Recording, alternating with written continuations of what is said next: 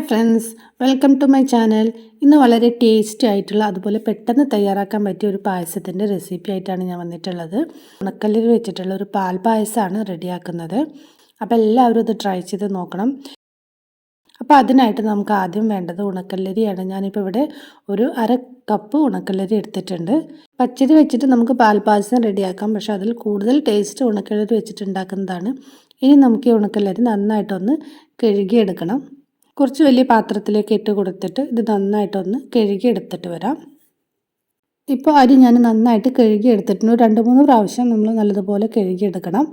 വെള്ളം ഇതുപോലെ നല്ല തെളിഞ്ഞ് കിട്ടണ വരെ കഴുകിയെടുക്കണം. ഇനി അരി നമുക്ക് വേവിച്ചെടുക്കണം. അരി ഞാനിപ്പോൾ ഇവിടെ കുക്കറിലാണ് വേവിച്ചെടുക്കുന്നത്. ഒരു 3 വിസിലാകുമ്പോഴേക്ക് തന്നെ നമുക്ക് അരി നന്നായിട്ട് വെന്ത് കിട്ടും. ഇനി നമുക്ക് അരി വേവുന്ന സമയം കൊണ്ട് നമുക്ക് പാല് തിളപ്പിച്ചെടുക്കാം. അപ്പോൾ ഞാനിവിടെ എടുത്തിട്ടുള്ളത് 2 പാക്കറ്റ് പാലാണ്. പിന്നെ എല്ലാവർക്കും അറിയണ പോലെ തന്നെ നമ്മൾ പായസം ഉണ്ടാക്കുമ്പോൾ കട്ടി പാല് തന്നെ വേണം എടുക്കാൻ. ഇപ്പോൾ 2ാമത്തെ പാക്കറ്റും നമുക്കിതിലേക്ക് ഒഴിച്ചു കൊടുക്കാം. ഇനി ഇതിൽ ഞാൻ 1 ഗ്ലാസ് വെള്ളം ഒഴിച്ചു കൊടുക്കുന്നുണ്ട്. 4 അളവിലുള്ള ഗ്ലാസ്സാണിത്. അതിന് 1 ഗ്ലാസ് വെള്ളം മുഴുവനായിട്ട് ഒഴിച്ചു കൊടുക്കുന്നുണ്ട്. ഇനിയിപ്പോൾ വെള്ളം ചേർക്കാൻ ഇഷ്ടമില്ലെങ്കിൽ വെള്ളം ചേർത്തിട്ടില്ലെങ്കിലും കുഴപ്പമില്ല, കുറച്ചും കൂടി പാല് കൂടുതലായിട്ട് എടുത്താൽ മതി. ഇപ്പോൾ 2 വിസിലൊക്കെ അടിച്ച് നമ്മുടെ അരി നന്നായിട്ട് വെന്ത് വന്നിട്ടുണ്ട്. ഇപ്പോൾ 1 സ്പൂൺ വെച്ചിട്ടൊന്ന് നന്നായിട്ട് ഒന്നും കൂടി ഒന്ന് ഉടച്ചു കൊടുക്കുന്നുണ്ട്. ഇനി ഇത് നമുക്ക് പാലിലേക്ക് ചേർത്ത് കൊടുക്കാം. ഇപ്പോൾ വേവിച്ചെടുത്തിട്ടുള്ള അരി മുഴുവനായിട്ടും ഇതിലേക്ക് ഇട്ട് കൊടുക്കാം. അപ്പോൾ അരി കുറച്ച് കട്ടിയായിട്ട് ഇരിക്കുന്നുണ്ട്, അത് കുഴപ്പമൊന്നുമില്ല. നമ്മളിതുപോലെ തവി വെച്ച് ഒന്ന് പ്രസ് ചെയ്ത് കൊടുക്കുമ്പോൾ അതങ്ങനെ വിട്ട് വന്നോളും. നന്നായിട്ട് തന്നെ മിക്സാക്കി കൊടുക്കണം. നന്നായിട്ട് മിക്സാക്കി എടുത്തതിന് ശേഷം നമുക്കിതിലേക്ക് മധുരത്തിന് ആവശ്യമായിട്ടുള്ള പഞ്ചസാര ചേർത്ത് കൊടുക്കാം. അപ്പോൾ ഞാനിവിടെ എടുത്തിട്ടുള്ളത് അര കപ്പ് പഞ്ചസാരയാണ്. നമ്മൾ അരി എടുത്തിട്ടുള്ള അതേ അളവിൽ തന്നെയാണ് പഞ്ചസാരയും ചേർത്ത് കൊടുക്കേണ്ടത്. പഞ്ചസാര ചേർത്തതിന് ശേഷം ഒന്നും കൂടി ഒന്ന് നന്നായിട്ടൊന്ന് ഇളക്കി കൊടുക്കാം. ഇപ്പോൾ പാലൊക്കെ നന്നായിട്ട് തിളച്ച് തുടങ്ങിയിട്ടുണ്ട്. ഇനി ഇതിലേക്ക് നമുക്ക് കുറച്ച് ഏലക്കായ പൊടി കൂടി ചേർത്ത് കൊടുക്കാം.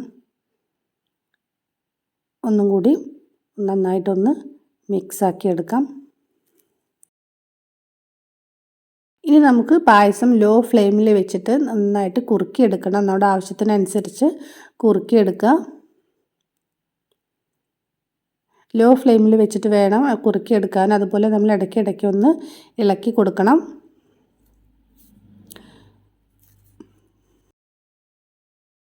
ഇനി ഇതിലേക്ക് നമുക്ക് കുറച്ച് മിൽക്ക് മെയ്ഡും കൂടി ചേർത്ത് കൊടുക്കാം. അപ്പോൾ നമ്മൾ മധുരം നോക്കിയിട്ട് വേണം മിൽക്ക് മെയ്ഡ് ചേർത്ത് കൊടുക്കാൻ. ഇനിയിപ്പോൾ നിങ്ങൾക്ക് മിൽക്ക് മെയ്ഡിൻ്റെ ടേസ്റ്റാണ് കൂടുതലായിട്ട് ഇഷ്ടമെന്നുണ്ടെങ്കിൽ നമ്മൾ പഞ്ചസാരയുടെ അളവ് കമ്മിയാക്കി മിൽക്ക് മെയ്ഡിൻ്റെ അളവ് കുറച്ച് കൂടുതലായി ചേർത്ത് കൊടുത്താൽ മതി. പായസം ആവശ്യത്തിന് നമുക്ക് കുറുകി കിട്ടിയിട്ടുണ്ട്. ഇനി നമുക്ക് ഫ്ലെയിം ഓഫ് ചെയ്യാം.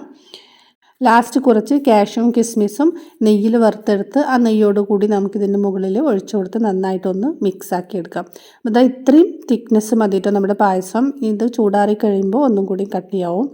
ഇനി ഈ ചൂടോട് കൂടി തന്നെ ഇത് അടച്ചു വെച്ച് നമുക്ക് കുറച്ച് സമയം ഒന്ന് മാറ്റി വയ്ക്കാം. അരമണിക്കൂറെങ്കിലും നമ്മളിതുപോലെ ഒന്ന് അടച്ചു വെച്ച് കൊടുക്കണം. അതിനുശേഷം നമുക്ക് തുറന്ന് നോക്കി ഇളക്കി കൊടുക്കാം.